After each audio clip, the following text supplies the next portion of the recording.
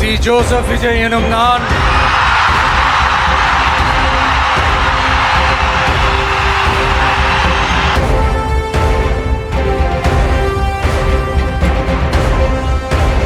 சட்டப்படி அமைக்கப்பெற்ற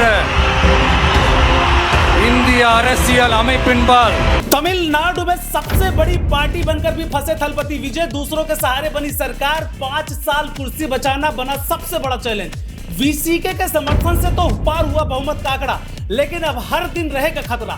क्या कभी भी गिर सकती है थलपति की सरकार? तमिलनाडु की राजनीति में इस वक्त ऐसा सियासी तूफान चल रहा है जिसने पूरे देश का ध्यान अपनी तरफ खींच लिया है। थलपति विजय ने चुनाव में ऐसा धमाका किया कि दशकों पुरानी राजनीति की तस्वीर ही बदल गई। टीवी के 107 सीटें जीतकर राज्य की सबसे बड़ी पार्टी बन गई। इसके बाद हर तरफ सिर्फ एक ही चर्चा शुरू हो गई कि अब तमिलनाडु को नया मुख्यमंत्री मिलने जा रहा है। लेकिन असली कहानी यहां से शुरू होती है, क्योंकि सबसे बड़ी पार्टी बनने के बावजूद विजय की राह आसान नहीं दिखाई दे रही है। सरकार बनाने के लिए बहुमत का जादुई आंकड़ा 118 था और विजय काफी वक्त तक उसी आंकड़े के लिए संघर्ष करते दिखाई दिए। अब वीसीके के 2 विधायकों का समर्थन मिलने के बाद टीवी के गठबंधन 118 के आंकड़ों तक पहुंच चुका है और सरकार गठन का रास्ता लगभग साफ हो गया है। लेकिन सबसे बड़ा सवाल यही है कि क्या यह सरकार पूरे 5 साल तक चल पाएगी या फिर थलपति की कुर्सी हर दिन खतरे में रहेगी? क्योंकि राजनीति में बहुमत जितना जरूरी होता है उससे कहीं ज्यादा जरूरी होता है स्थिर बहुमत, और फिलहाल विजय उसी मोर्चे पर सबसे ज्यादा कमजोर दिखाई दे रहे हैं। नमस्कार, मेरा नाम है संदीप ओझा और आप देख रहे हैं नाउ उत्तर प्रदेश। दरअसल टीवीके के पास अपने 107 विधायक हैं, जबकि बाकी समर्थन दूसरी पार्टियों और सहयोगियों के जरिए जुटाया गया है। कांग्रेस ने पहले समर्थन दिया और अब बीसीके ने भी ऑफिशियल लेटर देकर सरकार के लिए रास्ता साफ कर दिया। अब सबसे ज्यादा चर्चा इस बात की हो रही है कि आखिर विजय यहां तक पहुंचे कैसे, क्योंकि एक वक्त ऐसा भी था जब थलपति विजय कांग्रेस में शामिल होना चाहते थे, लेकिन 2009 में विजय अपने पिता और कांग्रेस नेताओं के साथ दिल्ली पहुंचे थे और राहुल गांधी से मुलाकात की थी।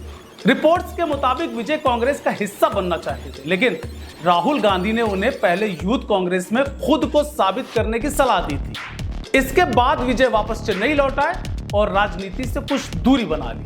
लेकिन अब 17 साल बाद वही विजय तमिलनाडु की सबसे बड़ी पार्टी के नेता बन चुके हैं। सोशल मीडिया पर लोग कह रहे हैं कि अगर उस वक्त राहुल गांधी विजय को कांग्रेस में शामिल कर लेते तो शायद आज तमिलनाडु की राजनीति पूरी तरह से अलग होती। लेकिन राजनीति का खेल जो है वो उसे देखिए कि जिस विजय को कभी कांग्रेस में जगह नहीं मिली, आज उसी विजय की सरकार कांग्रेस में समर्थन पर खड़ी दिखाई दे रही है। हालांकि सबसे बड़ी परेशानी जो है वो अब विजय की राजनीतिक शैली को लेकर खड़ी होती दिखाई दे रही है। भाई, चुनाव जीतने तक जनता का उत्साह और स्टारडम साथ देता है, लेकिन सरकार चलाने के लिए जोड़तोड़ रणनीति और राजनीतिक संतुलन की जरूरत होती है। अब यही वजह है कि अब लोग सवाल उठा रहे हैं कि क्या विजय इतने बड़े राजनीतिक दबाव को संभाल पाएंगे?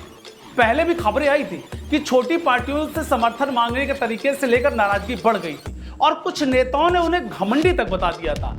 यही वजह है कि विजय को हर कदम बेहद संभल कर लेना पड़ रहा है, क्योंकि गठबंधन की राजनीति में कभी कभी छोटी पार्टी के 2 विधायक भी पूरी सरकार की दिशा बदल सकते हैं। और फिलहाल टीवीके की सरकार का पूरा गणित उन्हें छोटे नंबरों पर टिकाई दिखाई दे रहा है।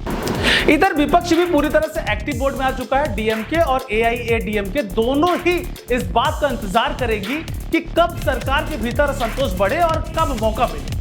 अब यही वजह है कि राजनीतिक गलियारों में लगातार हॉर्स ट्रेडिंग और विधायकों की नाराजगी जैसे शब्द चर्चा में आने लगे।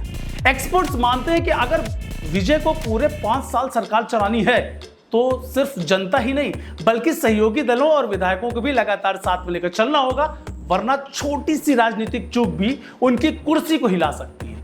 दूसरी तरफ विजय समर्थक दावा कर रहे हैं कि जनता का भारी जनादेश उनके साथ है और विपक्ष अगर सरकार गिराने की कोशिश करेगा तो उनको तगड़ा नुकसान होगा। लेकिन राजनीति में सिर्फ भावनाओं से सरकार नहीं चलती भाई।